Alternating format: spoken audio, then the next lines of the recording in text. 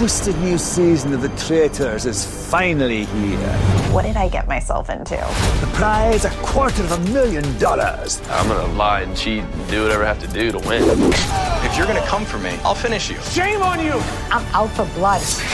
It is like a firing squad. Boom, boom, boom, boom, boom. Let the games begin. Emmy Award winner The Traitors. New episodes streaming Thursdays at 9 p.m. Eastern. Only on Peacock.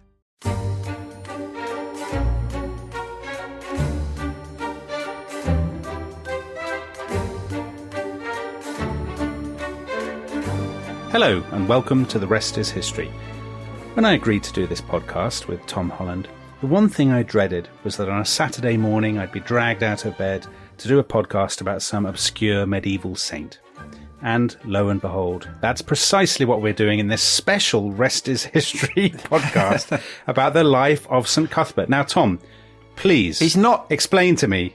He's not an obscure saint. He's the patron saint of Northumbria, and I think that most people, myself included, think that he should properly be the patron saint of England. So it's big news that today is his saint's day. This is St. Cuthbert's Day, yeah. This is St. Cuthbert's Day. He died 1,334 years ago, so that's AD 687, on the 20th of March. A landmark anniversary. Landmark anniversary. And I think it's a big day. It's one of my favorite days of the year. And it started off as a joke that Jonathan Wilson, who we had on our most recent podcast talking about football. Great football man. Those who've listened to it will perhaps recognise from his accent that he's a man of the Northeast, and Cuthbert was likewise a man of the Northeast. And so we got into the habit of meeting with Jonathan and a few friends to celebrate St. Cuthbert, to toast his memory. And it's become a kind of annual occurrence. And actually one of the reasons that I wanted to do it this year was that last year our celebration of St. Cuthbert's Day was the first thing that got kiboshed by the lockdown, by the COVID tragedy. Lockdown. Yes. And that was the first time that I felt, oh God, this is going to be weird. Both because I missed it, but also because, Cuthbert was a saint who, lived in a time of terrible plague. The accounts of his life endlessly, it's kind of taken for granted. He'll turn up and a plague is raging. People will die of it. And he brought incredible healing powers, kind of supernatural healing powers, but he also brought kind of comfort and concern. So, all right, let's get to the nitty gritty. What century are we in, and what's the story basically? We're in the 7th century, and we're in a Northumbrian. So this is before the Kingdom of England. This is when what will become England is divided up among rival Anglo-Saxon kingdoms. Right. We are in the Kingdom of Northumbria. Yeah. And it's a time when Christianity has come both from Ireland and from Rome. So it's pre-Viking. Vikings it's pre-Viking. It's pre-Viking. So it's a period when the old gods are kind of retreating. And in fact, in Bede's account of Cuthbert, there's this kind of amazing detail where some monks are sailing out across the mouth of the Tyne, and the wind blows up and starts blowing them out to sea, and a bunch of lads on the shore all start laughing. And, as they would. It's kind of Dark Ages viz, I guess. Yeah. And Cuthbert says to them, why are you doing this? These poor guys are going to be swept to their deaths. And they say, well, we don't care because these monks are banishing our gods and we don't know what we're meant to do anymore. And Cuthbert kneels down and he prays, and miraculously the wind changes and the monks are swept back in. But there's a glimpse there of what Cuthbert actually represents, which is a kind of a revolution, a process of revolution, the introduction of Christianity, both from Ireland and from Rome. So this kind of mix, but it's felt as radical. But what you see in the life of Cuthbert is why Christianity works, why it beds down. So who is he? Where's he born? Well, ironically, for a man who comes to be associated with the emergent Kingdom of England, he's actually born in what is now Scotland. He's a Scot. He's not. Tom. He's a Northumbrian because, of course, the Kingdom of Northumbria reached all the way up to the Firth of Forth. So he's perhaps born in the vicinity of Melrose, perhaps Dunbar, somewhere around somewhere that. He seems to have been of aristocratic background. he's described as a young boy who enjoyed his sport. So, of course, sportsmen like you will empathise with that. Well, again, I was kind of thinking, the grand sporting tradition of the Northeast, because we've had both. We've had Dan Jackson talking about that. Jackie Milburn, previous, Saint Cuthbert, Bobby Charlton, and Cuthbert is described as playing a ball game. So probably football, maybe cricket. Who knows? Can't say. But he was clearly a kind of Gaza-esque young man.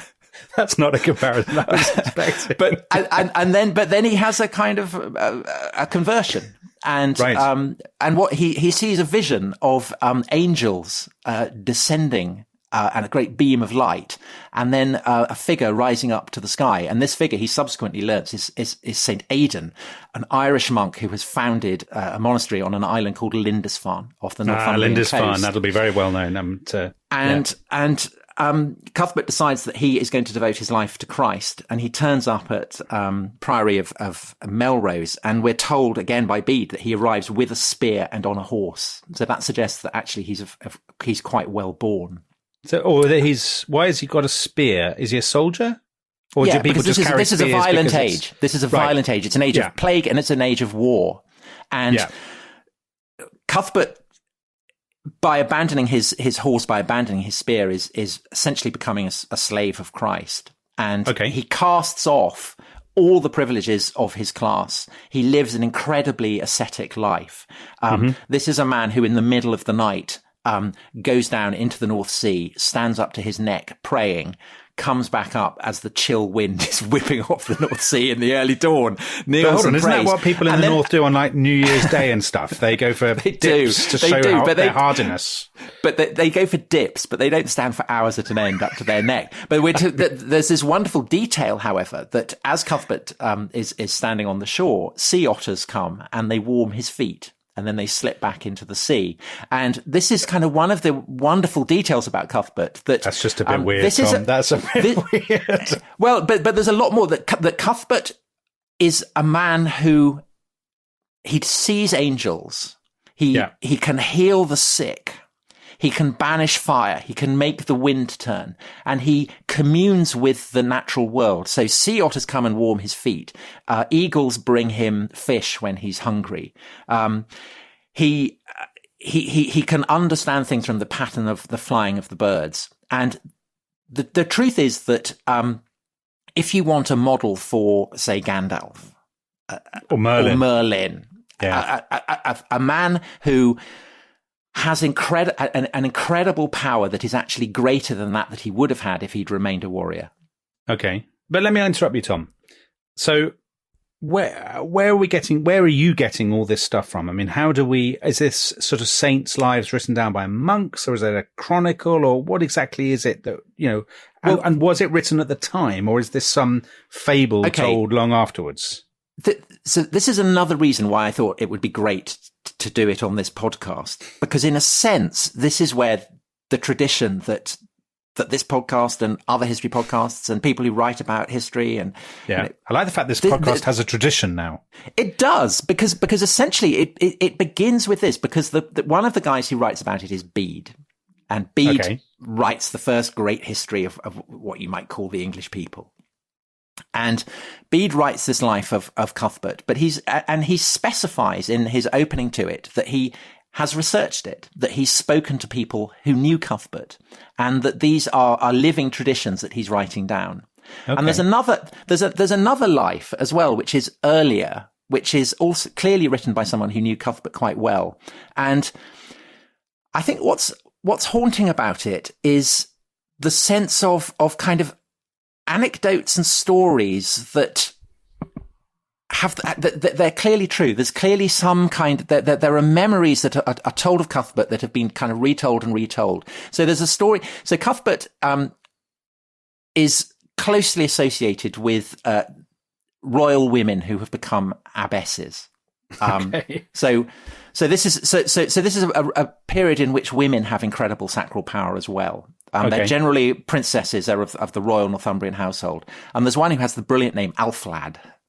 And she is the abbess of Whitby. And she comes to meet with Cuthbert, and Cuthbert sits down at table with her, although he barely eats anything. He's incredibly ascetic.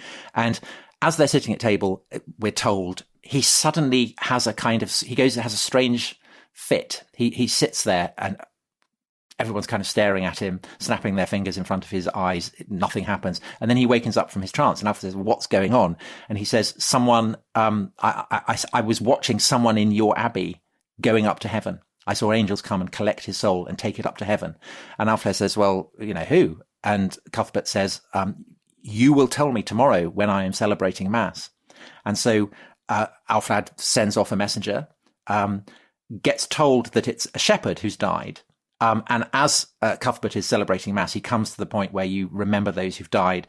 Alfred bursts in, says, it's this shepherd. And Cuthbert commemorates him. So what's striking about that is both the intimacy that Cuthbert has with a very, very high-born Northumbrian royal, but also the fact that they are talking about a shepherd.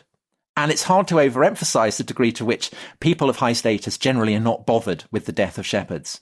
And so you can see exactly there, both the power of Cuthbert, but also why Christianity puts down roots so quickly. It has something for the elites, for those who are royal. Yeah. But it also has something for those who are poor. And we're told again and again that although Cuthbert commands the respect of those who are very powerful, he also always has in his mind those who are poor, those who are suffering, and he is always concerned to make sure that he can heal them, give them food, give them shelter, whatever. So he's a very loved man, I think. How much is this though? Just basically, there were established formulas for saints' lives, weren't there? So how much is this just sort of recapping the traditional formulae for saints' lives? History in its early years, in its early centuries, followed set rules. People behaved in certain ways: emperors, saints, bishops, kings. Yeah. How is Cuthbert different? Is Cuthbert different, or is this just basically following the traditional tramlines? Well, Cuthbert is bred of an age where holy men are vested with an incredible sense of power. So this is also, for instance, on the other end of the former Roman Empire, this is the age of Muhammad. Kind of different tradition, but you can see bred of the kind of same matrix, perhaps. And so you're right that there are absolutely kind of traditions, specifically within the Christian one, that Cuthbert embodies. But I think that what makes Cuthbert's reputation different is firstly what I was saying, that these lives are clearly written out of a sense of awe and love for him, and they bear the definite imprint of personal experiences to a degree that I think is unusual in saints' lives. And the other thing is that these lives are written because Cuthbert comes to have, after his life in death, an incredible potency. Well, let's do that after the break, maybe. Do you reckon? We've done Cuthbert alive. We'll do after the break. We'll do his death and his afterlife, which is an amazing story. I think in many ways even more interesting than his life. So let's do that. Well, that is something for our remaining listeners to look forward to. We'll see you again after the break.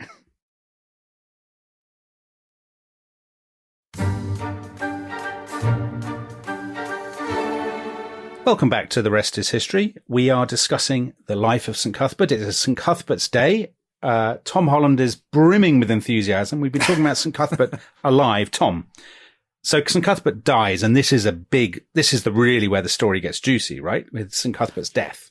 Yes. So a dead saint is a very valuable commodity. So the moment Cuthbert dies, beacons are lit. He's on a kind of Farne island out in the wilds of the North Sea, and his body is brought over to Lindisfarne, wrapped up, buried. And 11 years later, the monks look at the body and it's fully preserved. Miraculous. That is miraculous. And the reason that they do that is that everything associated with Cuthbert has been doing amazing miracles. So his shoes cures people, his comb cures people. Yeah. And a baldness, presumably. I'm sure, yeah. The body is particularly potent. And over the course of the century that follows, it becomes a great object of pilgrimage, because not just across England, but across the whole of Christian Northern Europe, people are coming to Lindisfarne to pray at St. Cuthbert's, because it's the kind of the equivalent of a Pfizer vaccine. It's that important. And that's a hell of a journey, Tom. I mean, if you're coming from Francia or something, I mean, that's, this is like a massive expedition. And do you have any sense of numbers? I mean, or are we talking dozens? Well, the measurement of how many people are coming is that Lindisfarne becomes spectacularly rich, because every time they come, they bring an offering. And so you have this island off the North Sea, exposed, distant, absolutely stuffed full of gold and treasure. And of course, in 793, this attracts the attention of various gentlemen from across the North Sea, the Vikings. And the Viking Age begins with the sack of Lindisfarne. And they keep coming back and coming back and coming back. And they're coming back for Cuthbert's loot, basically. For the loot that's been accumulated, from the tourist trade. And it all gets too much. And 875, so that's almost a century after, the monks are, fed up with this. And so they upload Cuthbert in his coffin and they transport it. And essentially what they seem to be doing with that is that they take it around all the various lands that the monastery of Lindisfarne has come to be given over the course of the century. And they're taking the body as a kind of stamp. So they're saying, here it is. And this body continues to do incredible miracles. And what's interesting is that it seems to impress the Vikings as much as the native Northumbrians. And so in 883, there's a king, he's actually formerly a slave, a Viking slave, who becomes a king called Guthred. Oh, yeah. I've read about him in Bernard Cornwell. That's right. So Bernard Cornwell writes about it in a skeptical way. But it's evident that to everyone, Cuthbert's body is just the most remarkable, supernatural, terrifying thing that there is. And the body gets taken to York when Guthred is crowned. And Guthred gives all the land between the Tyne and the Tees to the body, to St. Cuthbert. To the body. So basically, for most of, the 9th century and into the 10th century, the guy who is ruling the lands between the Tyne and the Tees is a dead body. It's St. Cuthbert. Late St. Cuthbert. Brilliant. And any Viking who gives St. Cuthbert shit comes to a horrible end. So there is one Viking who tries to break into the shrine that's been set up at Chester Street, old Roman fort. And the floor opens and the Viking gets swallowed up and goes to hell. And so after that, people are not going to give Cuthbert any grief. Wow. And so what that means is that a dead body is perhaps the most significant lord in early 10th century England. So, Tom, I can think of two really good parallels for that from either ends of the historical spectrum. So one, which some listeners may have already thought of, is the body of Alexander the Great. So Alexander the Great dies after all his conquests, and then there's a big tussle, isn't there, for his body. It's basically stolen by his mate Ptolemy, who takes it to Egypt. And the body of Alexander, which is sort of it's buried with all sort of honors and stuff in Egypt, in Alexandria, is the sort of badge of legitimacy, isn't it? And bodies were a kind of badge of power and legitimacy. Except I don't think that Alexander's body does miracles. No, that's right. And really, the thing with Cuthbert is that it. But he was a god. Yeah. Yes. Cuthbert wasn't even a god. Cuthbert was just a saint. Alexander was a god. But Cuthbert is capable of miracles, and therefore that's the basis of his power. Okay.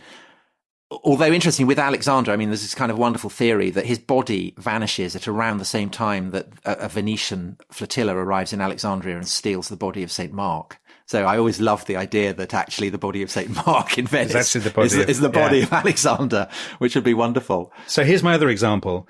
Now the thing about St. Cuthbert you were saying was that his body was miraculously preserved intact after his death.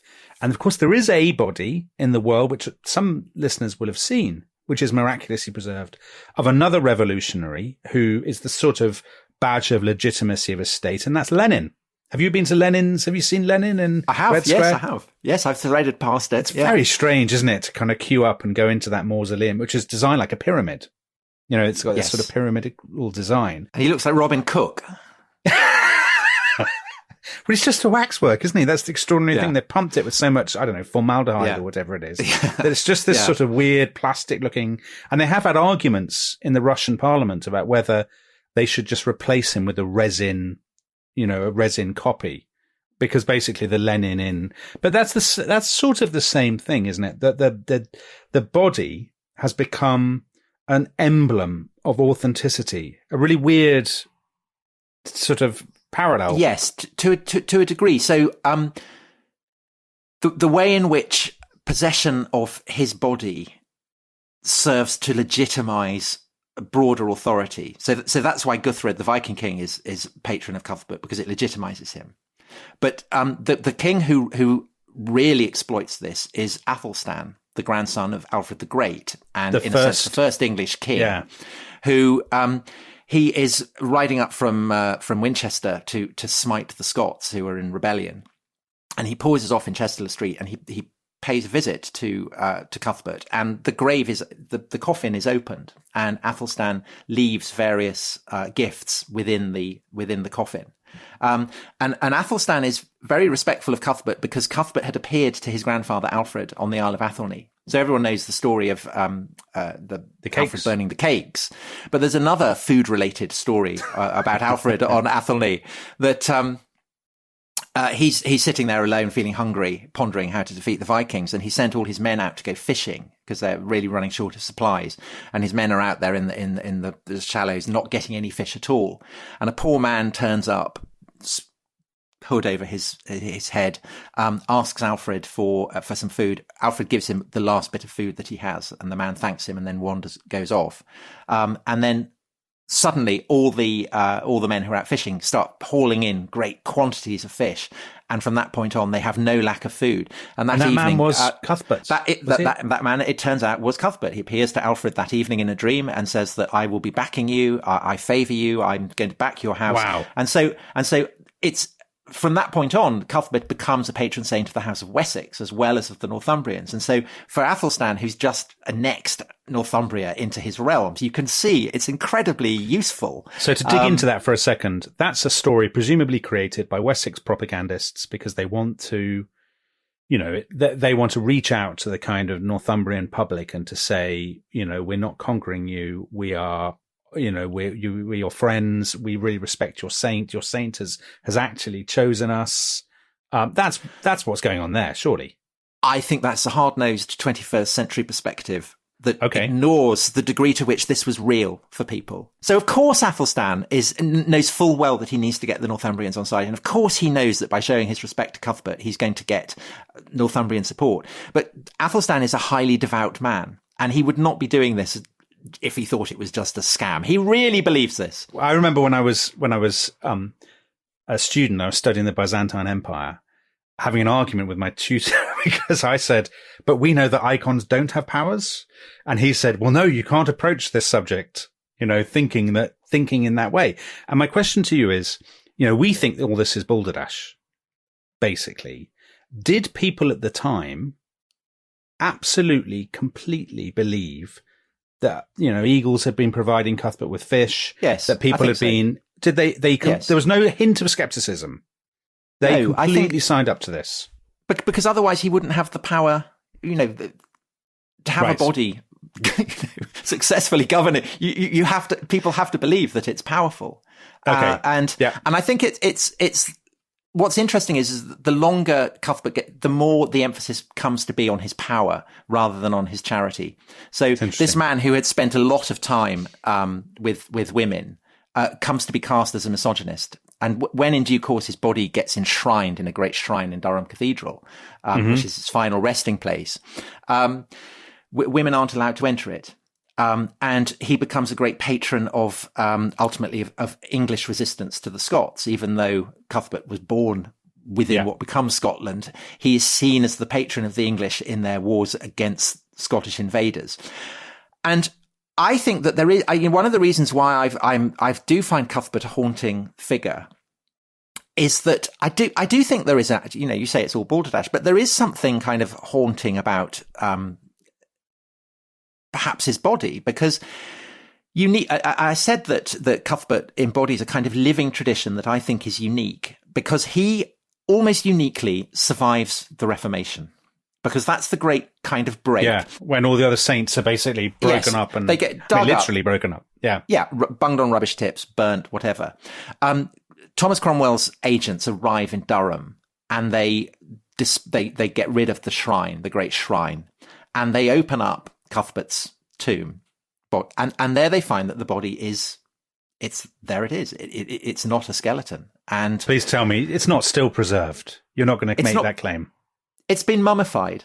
So okay. And I guess it's, if you want to pursue the skeptical line, you can the monks say that's because he was up. such an ascetic. No, it's because he was probably so ascetic that it naturally mummified. That maybe there was no kind of liquids in it or whatever. I don't know.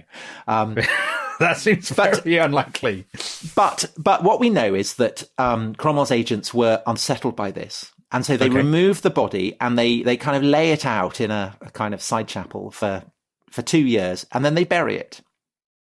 So they put it in a fresh tomb and they bury it, and it's still there. So the body of Cuthbert is still in Durham Cathedral. His relics are still there, and it's a link to that very ancient those ancient beginnings of Christianity that simply doesn't exist anywhere else. And what's your case, Tom, for ditching St. George? Because that's what you want to do, right? You want to ditch St. George and you want St. Cuthbert. I mean, I think you've got an uphill task persuading, England's football fans that they should be cheering for St. Cuthbert. But what's your case? How are you going to sell this to the great St. George public? Did St. George play football? I don't think so. Cuthbert did. I think they'd rally behind him. You reckon? The trouble with Cuthbert is the name as well. The name is slightly foppish, I think. He's the opposite of foppish. He's the opposite of foppish. He's the first great saint. He's the first great English saint. I mean, he's the greatest English saint, I think. And I guess St. George isn't English. And Cuthbert is the saint of the north, but he's also the saint that gets adopted by the kings of Wessex. So he's a properly English saint. His body remains there in situ in Northumbria, and he has a capacity to work miracles that survived even into the 20th century. So I got it's said that as the Luftwaffe were approaching Newcastle, getting ready to bomb it, that prayers were raised across the northeast, asking for Cuthbert's intercession, and a great fog descended on the Tyne. And the Luftwaffe turned round, fog on the Tyne, and the Luftwaffe turned round, and Newcastle was saved. So I think this is a saint who means business. Tom, my skepticism is at an end. I am fully persuaded. I shall go out forthwith on this St. Cuthbert's Day and attempt to rouse the great British public, or the great English public anyway, in adopting Cuthbert as our patron saint. So that concludes our special Cuthbertian. Is Cuthbertian? I think so. Yeah, I can coin that. Cuthbertian edition of The Rest is History. And Tom, we are back next week with a plethora of episodes, aren't we? We've got one on Monday about the World Cup of Prime Ministers. We have another on Tuesday about the World Cup of Prime Ministers. Because we had so much to say. We had so much to say about Britain's Prime Ministers.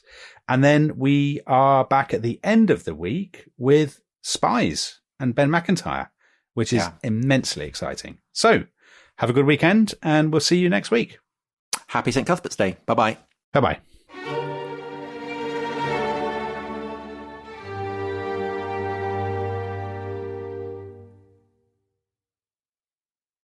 Thanks for listening to The Rest is History.